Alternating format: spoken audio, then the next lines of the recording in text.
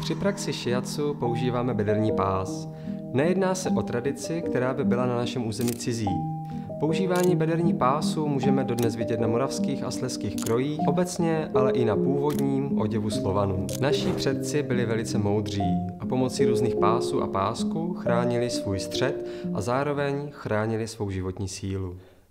Bederní pásy používáme při praktikování shiatsu. A to hned z několika důvodů. Zpevňují nás a chrání naši páteř, posilují vědomí našeho středu těla, chrání naše bedra před chladem a také chrání naši energii před negativitou z okolí. Při výběru barvy je velmi důležitý jejich odstín. Obecně lze říct, že světlé modrá barva nás nadlehčuje, projasňuje naši mysl a poznáší k nebesům.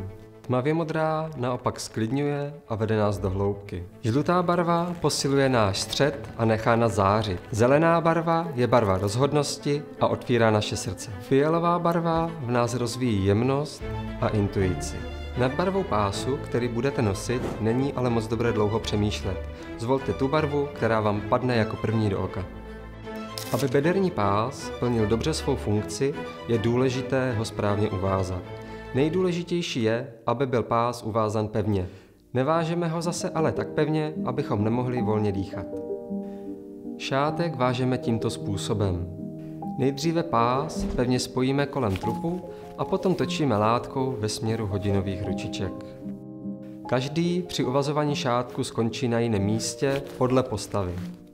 Tam, kde skončíme, založíme konec látky za okraj. Bederní pás si můžete vyrobit sami doma, nebo si jej můžete objednat na stránkách školy shiatsu.